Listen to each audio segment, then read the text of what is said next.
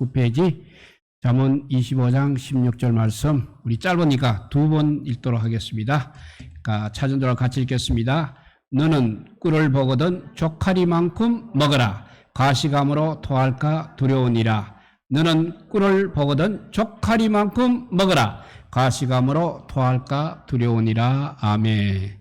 잠언에는 특별한 말씀들이 많이 기록되어 있습니다.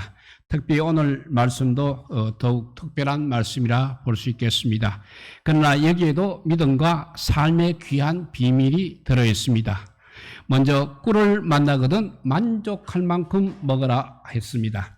꿀은 오래전부터 중건동 지방의 양치는 목동들에게는 정말 특별한 행복이요 힘의 근원이었습니다. 목동들이 들판에서 양을 치다가 석청 꿀을 발견해 먹으면 피로가 사라집니다. 마음이 즐거워집니다. 그래서 꿀은 그 당시에 약이 되기도 했습니다. 오래 발려된 꿀은 수화를 촉진시켜 줍니다. 그리고 체력이 약한 사람들에게 활력을 불어넣어 줍니다. 그리고 꿀을 섭취하면 눈이 밝아진다고 합니다. 설탕이 없던 과거에 유일하게 섭취할 수 있는 당분이 바로 꿀이었습니다. 당시 사람들은 꿀이 많이 들어있는 큰 벌집을 만나게 되면 자기만의 비밀로 감추어두고 수시로 은밀하게 가서 꿀을 먹으면서 행복을 누렸다고 합니다. 성경에서도 꿀은 하나님의 말씀을 상징하고 있습니다. 계시록 10장 10절에 보면 내가 천사의 손에서 작은 두루마리를 갖다 먹어버리니 내 입에는 꿀같이 달아 먹은 후에는 내 배에서는 쓰게 되더라 했습니다. 그리고 시편 19편 9절과 10절을 보면 여호와를 경외하는 도는 정결하여 영혼까지 이르고 여호와의 법도 진실하여 다 어려우니 금 곧 많은 순금보다 더 사모할 것이며 꿀과 송이꿀보다 더 달도다 했습니다. 믿음이 우리가 깊어지게 되면, 우리의 믿음이 깊어지게 되면 우리는 말씀을 사랑하게 됩니다. 점점 더 하나님 말씀이 오늘 시편 말씀처럼 송이꿀보다 더 달게 되는 체험을 할 것입니다. 모두 그렇게 말씀을 사랑하여서 정말 꿀보다 송이꿀보다 더 단 체험을 많이 하시기를 소망합니다. 또한 꿀은 기회와 감사와 또 격려를 상징하고 있습니다. 오늘 잠언 16장 24절에도 이런 말씀이 있습니다. 선한 말은 꿀송이 같아서 마음에 달고 뼈에 양약이 되느니라 했습니다. 입에서 나오는 선한 말, 지혜와 감사 그리고 격려의 말이 이렇게 꿀송이 같다고 그렇게 비유하고 있습니다. 그런데 오늘 말씀에 너는 꿀을 보거든 족하리만큼 먹어라 했습니다. 이 말씀은 무슨 뜻이겠습니까? 그것은 너가 말씀을 깨닫거든 내가 감사한 일을 만나거든 족하리만큼 은혜와 감사를 누리라는 말이 되겠습니다. 그리고 우리를 사랑하시는 하나님은 말씀하십니다. 말씀을 충분히 먹어라. 감사한 일을 깨달으면 그냥 지나치지 말고 감사에 더 집중해서 족하리만큼 감사의 제목을 누리고 기쁨을 충만케 하라. 너의 삶에 치유가 일어나게 하라고 말씀하시는 것입니다. 세상에서 가장 강한 자가 누구입니까? 바로 자기를 이기는 사람이 세상에서 가장 강한 사람입니다. 그리고 가장 지혜로운 사람은 끝없이 배우는 사람입니다. 끝없이 배우는 사람이 가장 지혜로운 사람입니다. 또 가장 부한 사람은 누구냐 하면 만족할 줄 아는 사람입니다. 만족할 줄 아는 사람이 세상에서 가장 부자입니다. 그리고 가장 행복한 사람은 항상 감사하는 사람입니다. 항상 감사하라. 항상 감사하는 사람이 가장 행복한 사람입니다. 그래서 존 밀러는 사람이 얼마나 행복한지는 그가 하는 감사의 깊이에 달려 있다고 말했습니다. 그리고 스피로스 히아테스라는 사람은 하나님의 어떤 조건을 주시든 그분께 감사하는 것은 마귀를 물리치는 가장 확실한 방법이라고 그렇게 우리에게 말해 주었습니다. 하나님께 감사하는 것이 바로 마귀를 물리치는 가장 확실한 방법이라는 것을 우리가 명심해야 되겠습니다. 멕시코의 어떤 마을에 한쪽에서는 부글부글 끓는 온천물이 솟아납니다. 그리고 그 옆에서는 얼음물처럼 차가운 또 냉천이 솟아오르고 있습니다. 그래서 동네 아줌마들은 빨래를 가지고 와서 온천에서 빨래를 삶고 냉천에서 헹구게 됩니다. 그 모습을 본 관광객이 멕시코 안내원에게 말했습니다. 이 동네 아주머니들은 참 좋겠습니다. 더운 물과 찬물을 그냥 마음대로 쓸 수 있으니 항상 감사하며 행복하겠습니다. 라고 말하자 안내원이 이렇게 대답을 합니다. 천만의 말씀입니다. 이 동네 아주머니들은 감사하기보다는 비누가 나오지 않는다고 불평만 하고 있습니다. 라고 했습니다. 이렇게 불평을 하다 보면 한도 끝이 없는 것입니다. 불평은 심지어 천국에 가서도 지옥을 경험하며 살게 만든다고 했습니다. 그러니까 우리는 항상 범사에 감사를 해야 하겠습니다. 인생길 가다가 꿀을 만나거든 족할 만큼 먹기를 바랍니다. 또 감사할 일이 생각나거든 그 자리에서 또 그것도 족할이만큼 감사하며 행복을 누리기 바랍니다. 근데 두 번째는 과식함으로 토할까 두려워하라고 했습니다. 소화시키지 못한 가운데 계속 먹는 것이 과식하는 것입니다. 그러면 체에서 토하게 되고 몸이 크게 상하게 됩니다. 옛날에는 급체로 죽는 사람까지 있었다고 합니다. 이스라엘이라면 석가모니도 대접을 받아 먹은 음식이 취해서 식중독으로 죽었다는 일화가 있습니다. 급체로 고생하는 사람이 많았습니다. 그렇지만 별다른 치료약이 없던 그 옛날에는 꿀이 바로 소화제 역할을 했습니다. 우리가 체하거나 배가 아플 때 어머니들이 따뜻한 꿀물을 타서 마시게 해주면 나았던 기억이 아마 나이 든 사람들에게는 있을 것입니다. 꿀은 이렇게 말씀이며 감사입니다. 또 말씀은 인생 소화제라고 하면 감사는 행복 소화제라 할 수 있겠습니다.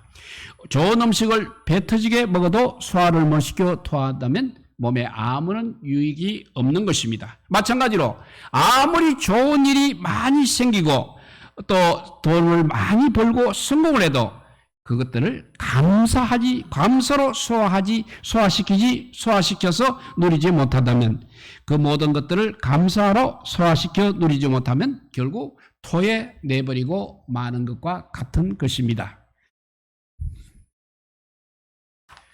나누지 않고 소유하는 것은 검은 부화를 전당포나 창고에 보관해 두기만 하는 것과 똑같은 것입니다. 그러면 도적이 찾아오게 됩니다. 인생길에서 도적은 다양한 형태로 우리에게 다가옵니다. 돈 좀 있는 집안에서는 아이들이 돈이 많으니까 타락을 하게 됩니다.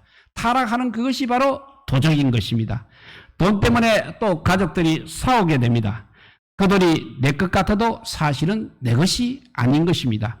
오히려 나를 얽으면은 굴레와 같은 것입니다. 감사하고 나누고 감사하며 누리고 나누는 것만이 진짜 내 것이 되는 것입니다. 감사로 우리가 소화시키지 못하고 먹기만 하고 쌓아두기만 한다면 결국은 체해서 토하게 된다고 성경은 우리에게 경고하고 있습니다. 우리 신앙의 모범이신 예수님께서는 감사하는 삶을 사셨습니다. 그분의 감사는 특별했습니다. 때와 장소 그리고 상황과 관계없는 감사였습니다. 예수님은 죽은 나사로의 무덤에서도 감사를 하셨습니다. 그 말씀이 요한복음 11장 4절입니다. 돌을 옮겨 놓으니 예수께서 눈을 들어 우러러 보시고 이르시되 아버지여 내 말을 들으신 것을 감사하나이다 했습니다. 예수님이 감사드린 것이 무덤이었습니다. 그 안에는 무덤 안에는 냄새나는 시체가 있습니다. 그럼에도 예수님은 감사하셨습니다. 그러면 감사하신 내용이 무엇입니까? 하나님 아버지께서 자신의 말을 들으신 것으로 인해 감사한다고 하셨습니다. 이렇게 하나님과의 소통이 이루어진 데 대해서 감사하신 것입니다. 우리 성도들도 하나님과 소통할 수 있는 것에 가장 크게 감사를 해야 할 것입니다. 전능하신 하나님과 소통할 수 있다는 그 자체가 놀라운 감사의 제목이 되는 것입니다. 그분께 모든 것을 아뢰 수 있기 바랍니다. 하나님께서는 우리의 신음소리까지도 들으시는 분이십니다. 그러니 우리는 모든 염려, 모든 근심할 필요가 없는 것입니다. 전능자에게 기도할 수 있는데 왜 염려하십니까? 마태복음 11장 25절 말씀입니다. 그때 예수께서 대답하여 이르시되 천재의 주제이신 아버지여, 이것을 지혜롭고 설기 있는 자들에게는 숨기시고 어린 나에게는 나타내심을 감사하나이다 했습니다. 예수님은 스스로 똑똑하다며 교만한 자에게는 천국과 구원의 비밀을 숨기십니다. 그리고 어린 아이들에게는 나타내심을 감사한다고 하셨습니다. 예수님께서 감사하셨던 당시의 상황은 바리새인들의 핍박과 반대가 너무나 심한 환경이었습니다. 감사의 내용은 천국의 비밀을 깨달아 믿어 구원받은 은혜를 받은 것이었습니다. 감사의 내용은 천국의 비밀을 깨달아 믿어 구원받은 은혜를 받은 것이 감사의 내용이었습니다. 아무리 고난이 많고 핍박과 반대가 심한 상황에 처해 있어도 십자가 구원과 천국 비밀을 깨달아 믿어 구원받게 하심을 우리는 감사해야 하는 것입니다. 우리 인생들에게 예수 믿고 제사함 받아 하나님의 자녀가 된 것보다 더 큰 감사의 제목이 이 세상에 어디에 있겠습니까? 누가복음 9장 16절 말씀입니다. 예수께서 떡 5개와 물고기 2마리를 가지사 하늘을 우러러 축사하시고 떼어 제자들에게 주어 무리에게 나누어 주게 하시니 했습니다. 예수님께서는 오병이어를 높이 들고 감사하셨습니다. 그분은 어떤 환경에도 감사하셨습니다. 거기에는 굶주린 2만여 명의 군중들이 있었습니다. 그들을 먹여야 했지만 혼자 먹기에도 모자란 보리떡 5개와 마른 멸치 같은 생선 2마리밖에 없었습니다. 감사 대신에 불평이 나올 상황이었습니다. 먹을 것이 이렇게 턱없이 모자라 말도 안 나오는 상황인데도 예수님께서는 먼저 하늘을 우러러 감사하셨습니다. 예수님은 이렇게 하나님을 신뢰하셨습니다. 많건 적건 하나님께서 주신 것이 있다는 이 사실에 감사를 하셨습니다. 그 보잘것없는 오병이어를 나누어 주시면서 또한 감사를 하셨습니다. 가진 것이 없더라도 사랑으로 나누어 줄 수 있다는 것을 감사하셨습니다. 하나님을 높이며 감사하셨고 어린 소년의 헌신에도 감사를 했고 또 사랑으로 나누어 주면서도 감사를 하셨습니다. 적은 것이지만 이렇게 감사를 하셨습니다. 피곤함과 굶주림과 결핍의 환경이었습니다만 그것을 초월한 감사를 드렸을 때 그때 기적이 일어났습니다. 적은 것이 많은 것으로 쓰여졌습니다. 보잘것없는 것이 영광스러운 것으로 쓰여졌습니다. 썩을 것이 예수 그리스도를 드러내는 영적 도구로 쓰여졌습니다. 감사는 이렇게 기적의 열쇠인 것입니다. 사탄은 헐뜯고 비판하고 상처주고 넘어지게 합니다. 그러나 성령을 받아 예수 생명으로 사는 하나님의 자녀들은 감사하고 격려하고 치유하고 세워지며 살아야 합니다. 감사는 가장 강한 믿음의 그릇인 것입니다. 파레토라는 학자가 있었습니다. 그 사람은 개미를 자세히 관찰해 보았습니다. 그런데 개미 가운데 20%만이 열심히 일하고 나머지 80%는 대충 놀면서 지내고 있었습니다. 이번에는 또 벌통을 관찰해 보았습니다. 놀랍게도 벌들 역시 20%는 열심히 일하고 80%는 대충 놀고 있었습니다. 신기하게 우리 인간 사회를 또 관찰해 보았습니다. 유럽 인구와 부의 분포들을 살펴보았더니 전체 부의 80%를 상위 20%가 소유하고 있었습니다. 또 전체 인구 중 20%가 80%의 노동을 감당하고 있었습니다. 그래서 그 유명한 20대 80의 법칙, 즉 파레토의 법칙이 이렇게 탄생하게 된 것입니다. 파레토의 법칙은 다양한 상황에서 적용이 되고 있습니다. 백화점에서는 20%의 고객이 구입하는 매출액이 전체 매출액의 80%를 차지하고 있습니다. 기업에서도 20%의 핵심 제품이 80%의 이익을 가져다 줍니다. 회사와 관공서 등 조직에서는 20%의 조직원들이 그 조직의 80% 일을 수행하고 있습니다. 성과의 80%가 근무 시간 중에 가장 집중한 20% 시간에서 또 나오고 있습니다. 이 법칙의 핵심은 상위 20%가 남은 80%를 주도한다는 것입니다. 그러면 우리가 또 이런 질문을 던질 수 있습니다. 교회 성도 중 감사하는 사람이 20%가 됩니까? 감사함으로 행하는 20%가 내 인생의 80%를 끌고 간다고 믿어도 됩니까? 하는 것입니다. 교회 성도 중 20%만이 믿음으로 헌신하고 80%는 그냥 뒤에서 감명하며 따라오는 사람입니까?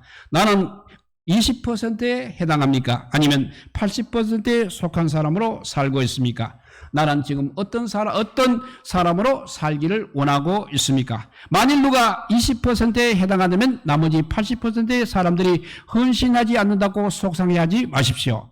80% 사람들이 비판하고 불평하며 고통을 준다고 해도 속상해하지 마십시오. 다른 누군가 비교하지 말고 내가 바로 20%에 감사하는 사람이 되겠다는 결심을 해야 하는 것입니다. 모든 사람이 다 헌신하는 것은 아닙니다. 그리스도인이 되었다고 해서 누구나 또 믿음으로 승리하는 삶을 사는 것도 아닙니다. 20%가 헌신하고 있습니다. 20%가 믿음으로 이기고 있습니다. 20%가 80%를 감당하고 있습니다. 그러니 우리는 결심을 해야 됩니다. 나는 믿음에서 항상 앞장서는 20%가 되겠다고 우리 결심하시기 바랍니다.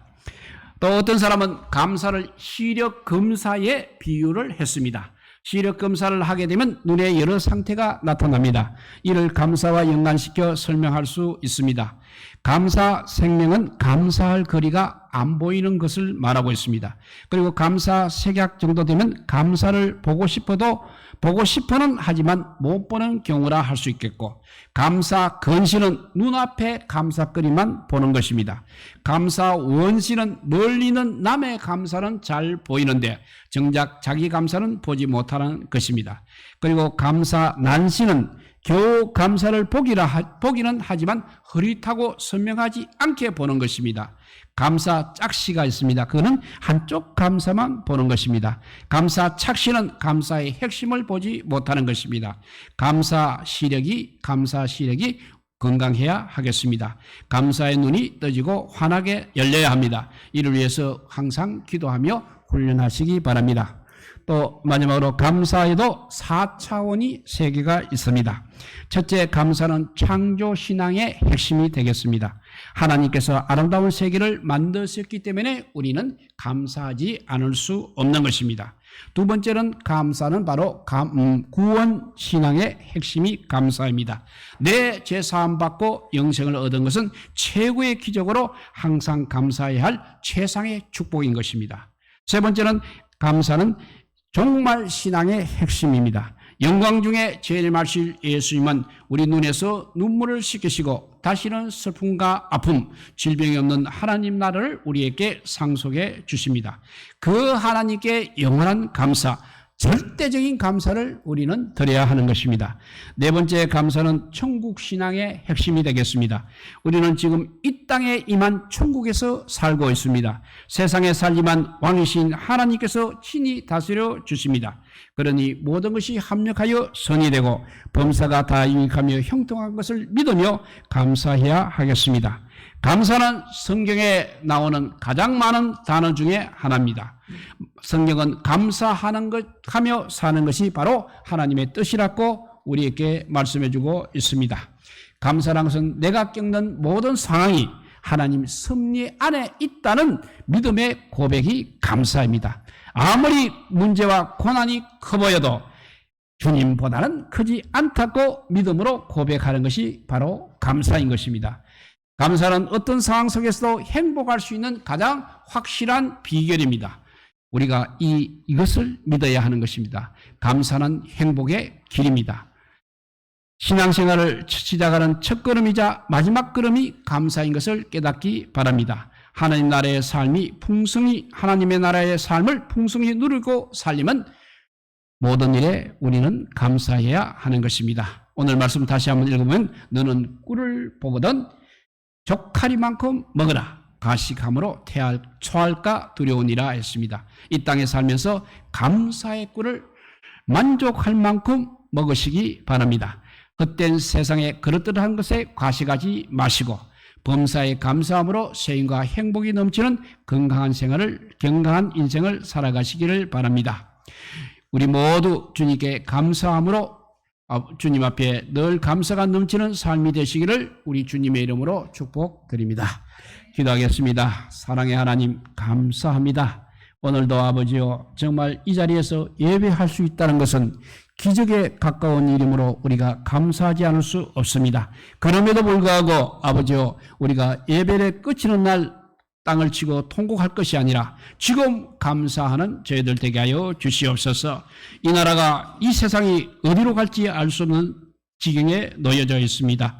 이제는 아버지요 진리가 비진리를 이길 수 없을 만큼 아버지요 세상이 바뀌어져 버렸습니다.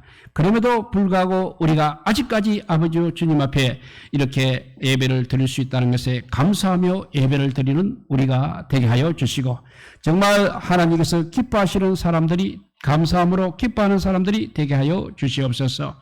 모든 것을 주의 영광을 위해서 우리 모든 것을 다 바쳐도 아깝지 않는 믿음의 구원의 감사를 우리가 드리는 우리 모두가 되게 하여 주시기를 간절히 빌고 원하올 때 우리 구주 예수 그리스도 이름으로 기도드리옵나이다. 아멘. 예, 우리 찬송가 191자입니다.